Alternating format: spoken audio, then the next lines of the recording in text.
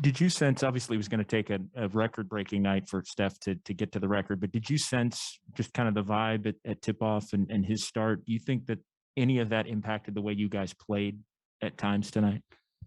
No. I mean, I thought, I thought Steph took a couple of quick ones early that maybe he was trying to get himself going, but I actually thought we played a great first half. The ball just wasn't going in, but it was moving. We were getting really good looks.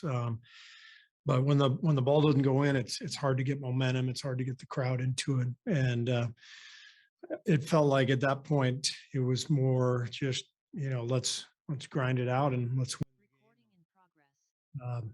Unfortunately, we couldn't ever give our fans too much to get thrilled about, but it's good to be in this position where we're still winning games if we're not playing our best. In that first half, when you guys were so cold shooting, how critical was your defense? I think you forced maybe 11 turnovers in that first half. Were you happy with what you saw on that side of the ball? Yeah, the defense was good, and obviously, Portland was without their backcourt and the guys who make that team go.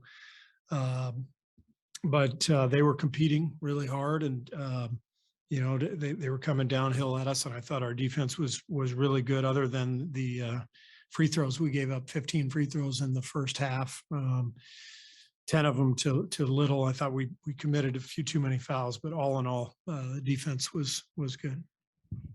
Touched on this a little bit before the game, but how different did it feel not having Dame and CJ out there going back and forth with Steph?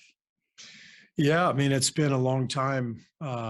We've played Portland so many times over the years. Obviously, being in the same conference, but also playing them in the playoffs, and so you just get used to seeing Dame and CJ on the other side of the floor. So it was strange to play Portland without both those guys. Steve, did you get a sense before, during, or after how badly Steph wanted to get this thing done tonight, even though the shots were really, it was a really long shot chance? I didn't talk to him about it, before the game. I mean, it's, to make that many threes in one game is obviously it's never been done before. So it was, just a routine night. He made 6, which is nothing for him. I don't think I ever did that in my entire career, one time. So it was just kind of a ho-hum game, but a win, and we're happy with that. Coach, you mentioned it was kind of a grinded out game tonight. You've obviously won in a lot of different ways this year. Sometimes it's high scoring, sometimes transition, more half court, sometimes you win with your defense. How impressed have you been with your team's ability to kind of adapt to the way that the game's being played? And also, how do you think that bodes for, your goals getting into the playoffs and potentially a championship? Yeah, I mean, we have a very flexible team. We've got a deep roster. We've got a lot of guys who are versatile, and that gives us a lot of versatility lineup-wise, so we can adapt game to game based on what's needed to win the game. So love coaching these guys. They're all competitors. They enjoy playing together, and they've all been totally selfless, during this start. So it's a really good team, and we're having a great season. We're having a lot of fun, and we just got to keep trying to get better. I might be breaking this news to you, but Moses Moody had 37 tonight in Santa Cruz. He's been billed as kind of this glue guy who does a lot, but what have you seen of him as a scorer? I mean, to get 37 in the game says something.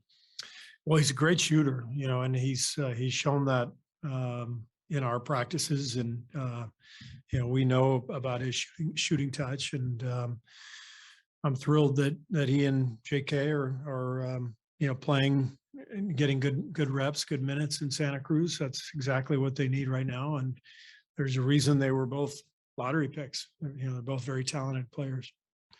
On a night where shots aren't falling from deep, how nice is it to have an Otto Porter Jr. go 4 for 6 from deep like that? Yeah, it was important. We needed somebody to start knocking down shots, and Otto made some timely ones, especially in that second half. And it was he was due. He's such a great shooter and hadn't shot it well the last couple of games, so you kind of sense that it was coming. But the beauty of our team is we've got a lot of guys who shoot the ball well. So usually over the course of the game, we're gonna find a couple of guys who are gonna knock down shots, and we'll ride with that. So you got a pretty long road trip coming up on the East Coast. Obviously, a lot of attention will be on Stefan until the record is broken. But for your team in general, do you just want to, maintain the same what you've been doing in terms of playing good defense, or is there something you're looking for when you play this type of competition?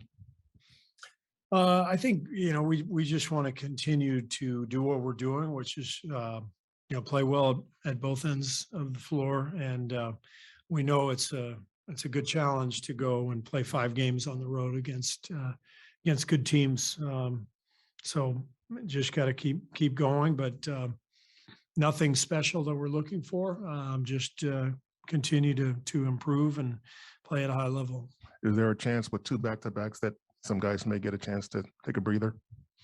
There's always that chance. It's a long season, and we'll have both Moses and Jonathan on the trip, and so we'll have a full roster, and I expect everybody to play at some point during the trip. So we'll need everyone for sure.